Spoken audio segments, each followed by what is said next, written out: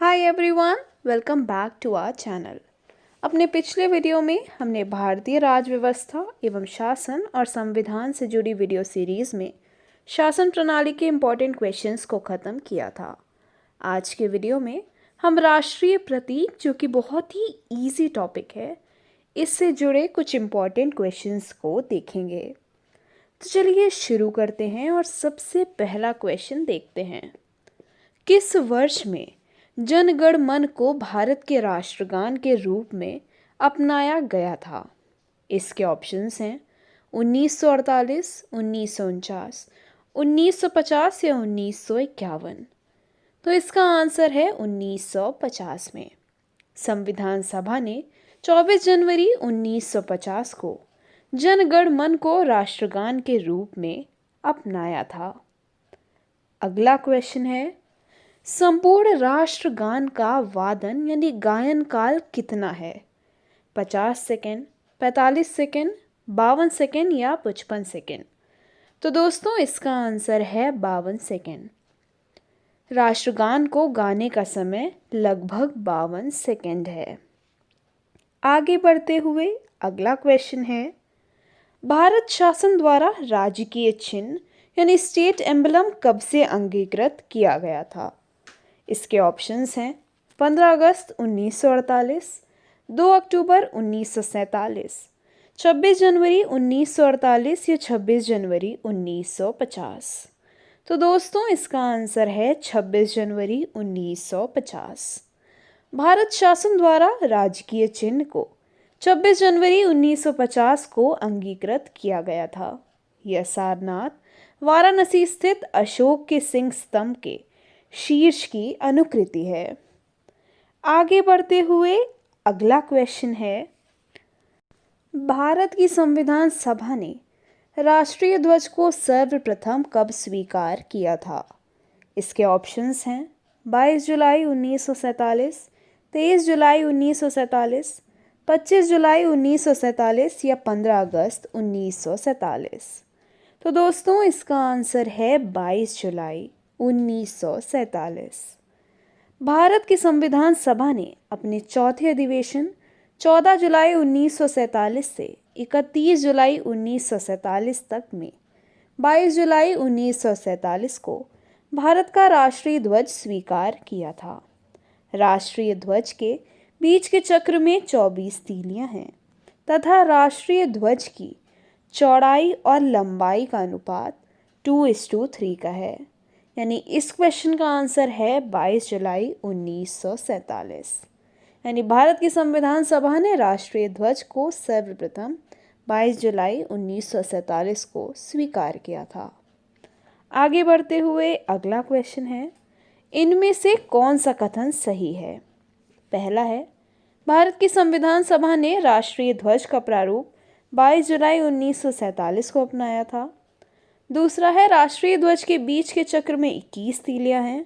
और तीसरा है, राष्ट्रीय ध्वज की चौड़ाई और लंबाई का अनुपात 3:4 है।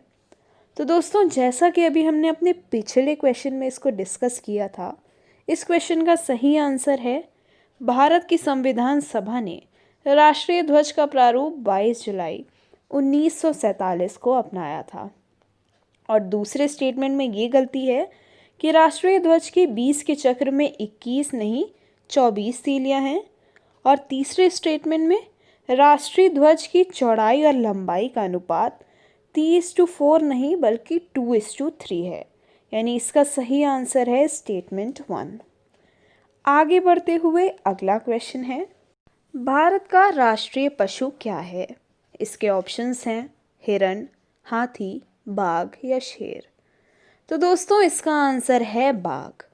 भारत का राष्ट्रीय पशु बाघ यानी पैंथेरा टाइग्रिस है। देश में बाघों की घटती संख्या को देखते हुए अप्रैल 1973 में बाघ परियोजना शुरू की गई थी। आगे बढ़ते हुए अगला क्वेश्चन है, भारत का राष्ट्रीय पुष्प कौन सा है? सूरजमुखी, कमल, गुलाब या गेंदा। तो दोस्तों इसका आंसर है कमल। भारत का राष्ट्रीय पुष्प कमल है, जो भारतीय संस्कृति का प्रतीक है। इसका वैज्ञानिक नाम निलंबो न्यूसिफेरा है। आगे बढ़ते हुए एक और इजी सा क्वेश्चन है कि भारत का राष्ट्रीय पक्षी कौन सा है। इसके ऑप्शंस हैं कोयल, हंस, मोर या कबूतर। तो दोस्तों इसका आंसर है मोर। भारत का राष्ट्रीय पक्षी मोर, जिसका वैज्ञानिक नाम पावो क्रिस्टेटस है। ध्यातव्य है कि भारत का राष्ट्रीय वृक्ष बरगद, राष्ट्रीय पुष्प कमल, राष्ट्रीय फल आम तथा राष्ट्रीय वाक्य सत्यमेव जयते है, जो सारनाथ वाराणसी स्थित अशोक स्तंभ से लिया गया है। चलिए आगे बढ़ते हैं और अगला क्वेश्चन देखते हैं। भारतीय राष्ट्रीय ध्वज में चक्र किसका प्रतीक है? स्वतंत्रता का, न्याय का, समानता का या भाईचारे का? तो दोस्तों इसका आंसर है न्याय का। भारतीय राष्ट्रीय ध्वज में सफ़ेद पट्टी के बीच में नीले रंग का चक्र है, जिसका प्रारूप सारनाथ में अशोक के सिंह स्तंभ पर बने चक्र से लिया गया है। इसमें 24 तीलियां हैं जो न्याय का प्रतीक हैं। आगे बढ़ते हुए अगला क्वेश्चन है, भारत के राष्ट्रीय ध्वज में आरों की संख्या कितनी है? ऑप्शंस हैं 20, 24, 26 या 30। तो जैसा कि हम सभी को पता है, इस क्वेश्चन का आंसर है 24। भारतीय राष्ट्रीय ध्वज में जो बीच में चक्र बना है उसमें 24 तीलियां हैं जो कि न्याय का प्रतीक हैं। आगे बढ़ते हुए आज का आखिरी क्वेश्चन है, राष्ट्रीय पंचांग के संबंध में कौन से कथन सही हैं? पहला है भारतीय राष्ट्रीय पंचांग विक्रम संवत पर आधारित है और दूसरा है राष्ट्रीय पंचांग को जनवरी 26, 1950 से अपनाया गया है। तो दोस्तों इसका आंसर है ये दोनों स्टेटमेंट गलत हैं। ग्रेगोरियन कैलेंडर के साथ साथ देश भर के लिए शक संवत पर आधारित राष्ट्रीय पंचांग, जिसका पहला महीना चैत्र है और सामान्य वर्ष 365 दिन का होता है, 22 मार्च 1957 को अपनाया गया था। चैत्र का पहला दिन सामान्यतः 22 मार्च को और अधिवर्ष में 21 मार्च को पड़ता है। तो दोस्तों आज का वीडियो काफ़ी इजी था और इसमें हमने बात की राष्ट्रीय प्रतीक से जुड़े कुछ इम्पॉर्टेंट क्वेश्चंस की जो पहले एग्ज़ाम्स में पूछे जा चुके हैं। तो आज के वीडियो में बस इतना ही। अपने नेक्स्ट वीडियो में हम राज्य एवं संघ राज्य क्षेत्र को स्टार्ट करेंगे और उससे जुड़े क्वेश्चंस को देखेंगे। तो आज के वीडियो में बस इतना ही। मिलते हैं अपने नेक्स्ट वीडियो में कुछ और जानकारी के साथ। धन्यवाद।